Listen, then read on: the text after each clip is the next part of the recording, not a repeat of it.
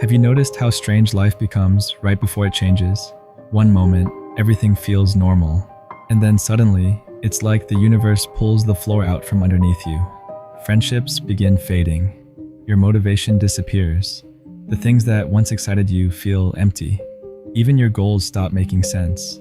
And the weirdest part, you've actually been trying to heal. You've been doing the shadow work, meditating, journaling, trying to become more conscious. So, why does your life feel like it's collapsing instead of improving? Why does growth sometimes look like destruction? Because there's a phase nobody talks about, a psychological space between who you were and who you're becoming. Carl Jung hinted at it, mystics described it, psychologists observe it, but most people panic when they enter it. They think they're failing, when in reality, they're in the void phase. And if you stay with me until the end of this video, you'll understand why this breakdown may actually be the beginning of the biggest transformation of your life. But first, I need to tell you about the night I realized my old life was dying. A few years ago, I remember sitting in complete silence at 2 a.m. No music, no notifications, no motivation, just this heavy feeling that something inside me was ending. At first, I thought I was depressed because externally, everything looked wrong. I felt disconnected from people I once loved. I stopped enjoying conversations. My ambition disappeared. Even my routines felt fake. It terrified me. I thought, what's happening to me? But later, I realized something important. I wasn't losing myself. I was losing the version of myself I had outgrown. And that's where most people misunderstand transformation. They think awakening feels inspiring. Sometimes it does. But often, it feels like death. Because the ego, the identity you've built over years, does not want change. Even if your current reality is painful, the ego prefers familiar pain over unfamiliar freedom. Read that again in your mind. The ego would rather suffer predictably than evolve unpredictably. So when you begin changing internally, your external reality starts reacting. Old relationships become incompatible. Certain environments feel unbearable. Your old coping mechanisms stop working. And suddenly, your entire life begins deconstructing itself. Not because life is punishing you, but because the old structure cannot contain the new consciousness emerging inside you. This is why people feel exhausted during transformation. They're carrying two identities at once. The old self, trying to survive, and the new self, trying to be born. And that tension creates chaos. But here's where it gets deeper. Psychology has a fascinating explanation for what happens next. And once you understand it, you may never fear this phase again. Carl Jung described something called enantiodromia, a complicated word with a very simple meaning. When something is pushed to its extreme, it eventually turns into its opposite. Think about a pendulum. The farther it swings in one direction, the more forcefully it swings back. And human psychology works the same way. Extreme control eventually creates collapse. Extreme people-pleasing creates isolation. Extreme exhaustion creates surrender. Extreme confusion creates clarity. This is why your darkest phase often arrives right before a breakthrough. Not randomly, psychologically. Because the old system has finally reached its limit. And this is important. The void phase is not punishment, it's transition. But transitions are uncomfortable because the brain hates uncertainty. Human beings crave psychological stability.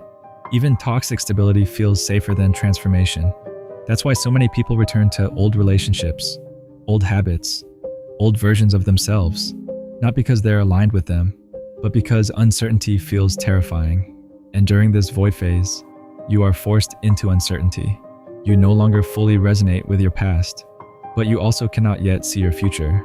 So you exist in between, and that in-between space feels unbearable to the ego, because the ego survives through identity, labels, roles, predictability, but transformation removes all of it, which is why so many people mistake awakening for failure, because externally, their life temporarily loses structure, but internally, something deeper is reorganizing itself.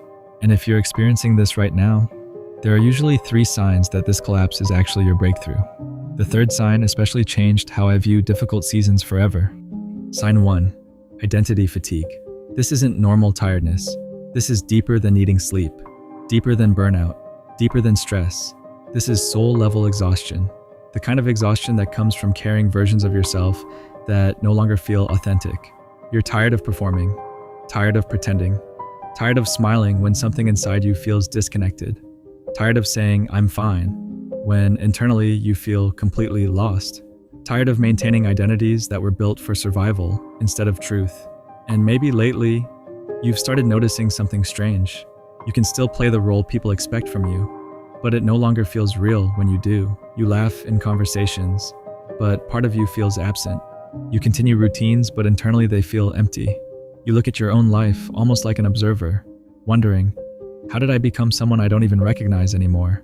And that realization can feel terrifying, because people around you still relate to the old version of you. The productive version, the funny version, the always available version, the people-pleasing version, the emotionally suppressed version. But internally, that version is dissolving. And the hardest part is, you don't fully know who you're becoming yet.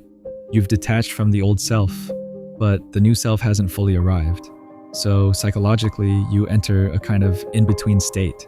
And this creates emotional emptiness, not because you're broken, but because your identity is under reconstruction.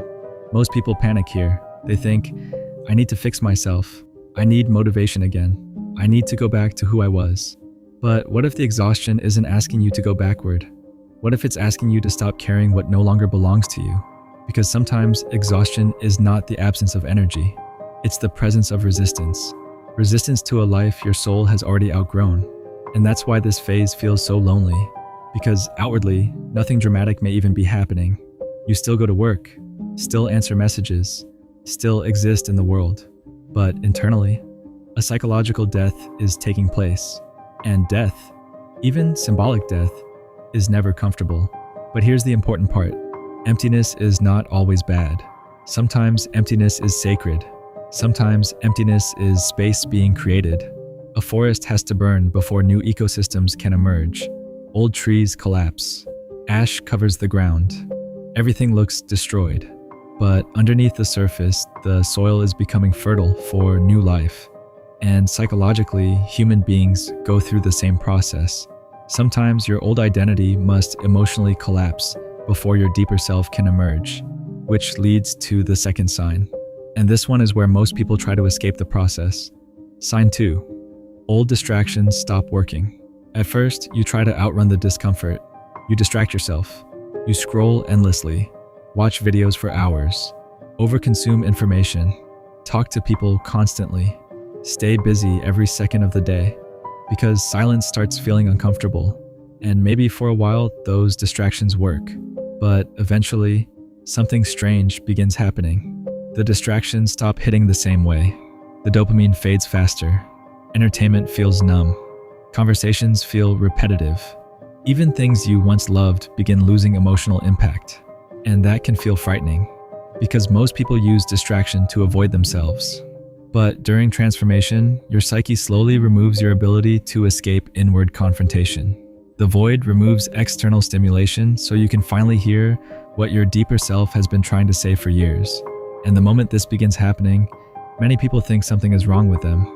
They say, why can't I enjoy anything anymore? Why do I suddenly want to isolate? Why does everything feel emotionally flat? But maybe your nervous system is no longer interested in temporary stimulation. Maybe your inner world is demanding attention. And this is where the real transformation begins.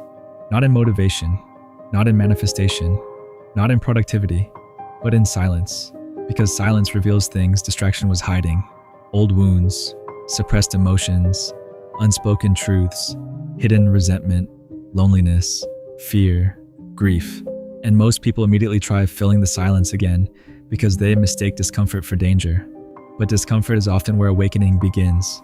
Your future self is usually built in isolation before it appears in reality. Think about nature. Seeds do not grow in crowds. They grow underground, in darkness, in stillness. And psychologically, humans often evolve the same way. The most important transformations usually happen invisibly, which is why this phase feels so confusing. Externally, it looks like nothing is happening, but internally, everything is reorganizing. Your values change, your priorities shift, your emotional tolerance decreases, your intuition becomes louder, and slowly, you stop resonating with noise. Not because you hate life, but because your consciousness is becoming more sensitive to what drains you. And when that happens, something very strange often begins appearing. Small signs, coincidences, moments that feel almost impossible to explain logically, which leads to the final sign. And this one changes the way many people see reality forever. Sign 3. Synchronicities begin appearing in chaos. This part sounds unbelievable until it happens to you personally, because right when life feels darkest, right when you feel most disconnected, small signs begin appearing. Not huge miracles, subtle things. A random quote appears that perfectly describes what you're feeling. A stranger says something that answers a question you never voiced aloud. You hear the same message repeated through different people, books, videos, and conversations. And suddenly, you begin feeling like reality is communicating with you. Carl Jung called these moments synchronicities, meaningful coincidences, events that seem mysteriously connected not through logic, but through meaning. And what's fascinating is that synchronicities often increase during periods of transformation. Why? Because during collapse, your awareness becomes heightened. You start paying attention differently. The ego becomes weaker. Your unconscious mind becomes louder. Your intuition sharpens. And in that state, life begins feeling more symbolic, almost like reality whispers guidance instead of shouting it. And no, this doesn't mean every coincidence is magical, but it does mean your inner world and outer world begin reflecting each other more clearly. And often, these tiny signs arrive at the exact moment you feel like giving up, almost like life is saying, keep going, you're not crazy. There's meaning in this transition. And here's what I've personally learned about breakthroughs. They rarely arrive dramatically. Most people imagine transformation as this giant explosive moment where suddenly everything changes overnight. But real transformation is quieter than that. It arrives as inner clarity, a calmness you didn't have before, a reduced need for validation, a detachment from old fears, an ability to sit in uncertainty without collapsing emotionally, and slowly, without forcing it, your external life begins reorganizing around your internal shift. New people appear, new opportunities emerge, old cycles end naturally, decisions become clearer, but this only happens after the collapse, never before it, because the old structure has to loosen first. And that's why if your life currently feels like it's falling apart, you need to hear this next part carefully.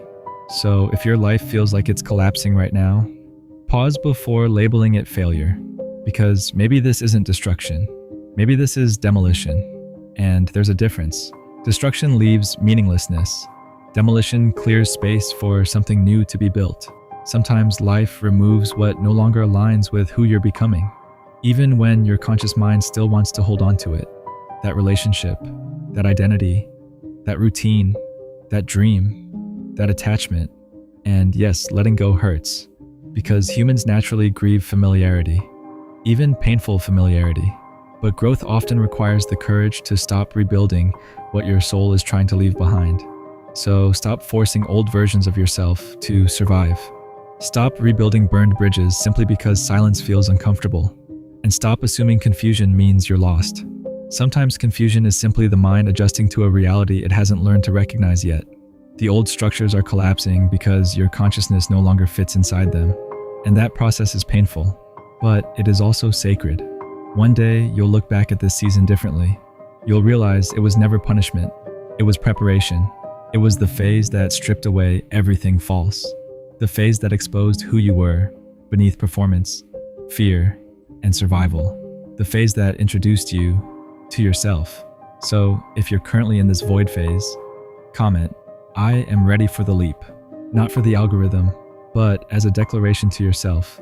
And if this message found you at exactly the moment you needed it, subscribe to Psyche Junction for more videos about consciousness, transformation, healing, and the psychology of awakening. Because sometimes, everything falls apart, so your real life can finally begin.